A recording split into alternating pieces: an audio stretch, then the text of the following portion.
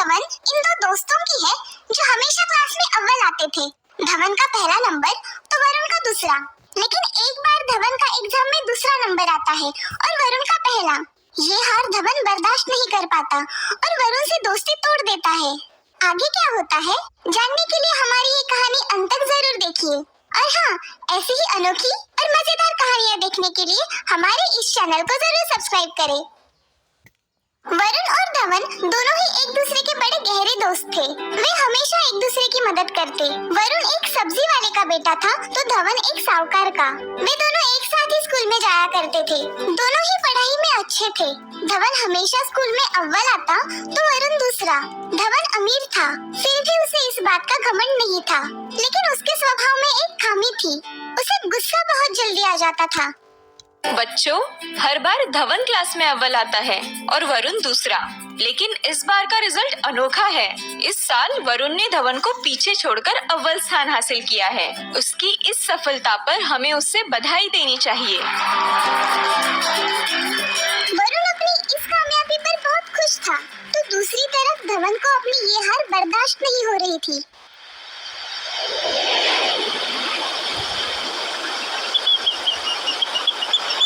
धवन, तुम अकेले क्यों बैठे हो?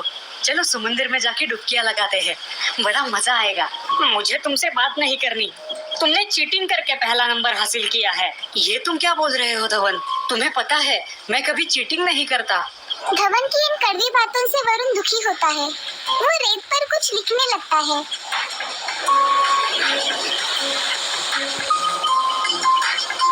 आज धवन ने मुझसे झगड़ा किया और मुझे धोखेबाज कहा।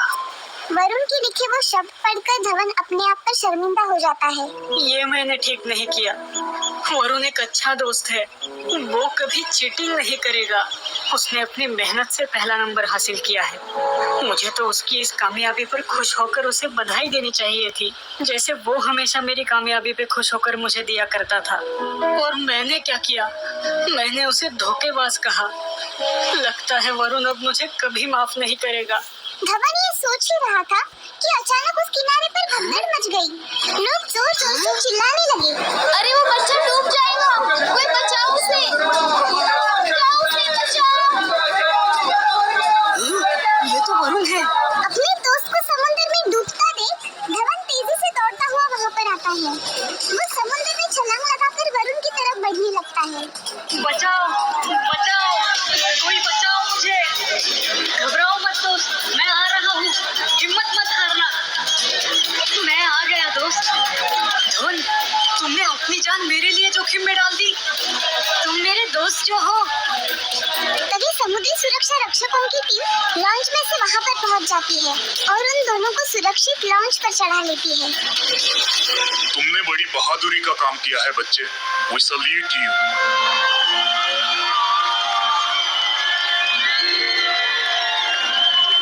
शुक्रिया दोस्त, मैं तुम्हारा ये उपकार कभी नहीं भूलूंगा। वरुण, मैं तुमसे माफी मांगना चाहता हूँ। थोड़ी देर पहले गुस्से में आकर मैंने तुम्हें बहुत भला बुरा कहा। धवन की इस बात पर वरुण मुस्कुराता है। वरुण उसे एक बड़े से पत्थर के पास ले आता है। वरुण उस बड़े से पत्थर पर कुछ लिखने लगता है। तुम ये क्या कर रहे हो वरुण? कुछ देर पहले जब मेरा तुमसे झगड़ा हुआ था तब भी तुमने रेत पर कुछ लिखा था, और अब यहाँ ऐसा क्यों? वो इसलिए क्योंकि कौन सी यादों को संभालना है और कौन सी यादों को मिटाना है ये हमें तय करना होता है। मतलब मैं अभी भी नहीं समझा। जो कड़वी बात तुमने मुझसे कही वो मैंने कब की भुला दी, उस रेत पर लिखे शब्दों की तरह। लेकिन अब जो शब्द मैं इन पर लिख रहा हूँ वो इतनी आसानी से मिटने वाले नहीं, क्योंकि ये एक अच्छी याद है और मैं इसे संभालना चाहता हूँ, इन पत्थरों पर लिखे शब्दों की तरह। अब समझे? वाह, कितनी बड़ी बात कही थी तुमने।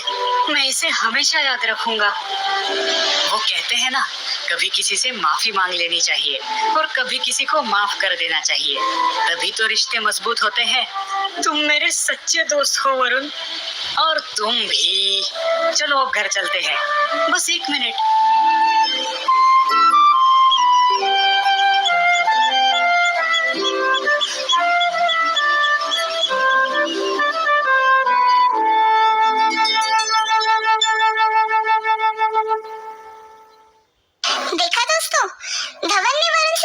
मांगकर अपनी दोस्ती को फिर से मजबूत कर लिया। तो दूसरी तरफ वरुण ने भी धवन की गलती को माफ करके इस दोस्ती को टूटने से बचा लिया। तो दोस्तों, इस कहानी से हमें ये सीख मिलती है कि हमें एक दूसरे की गलतियों को सुधारकर रिश्तों को मजबूत बनाना चाहिए।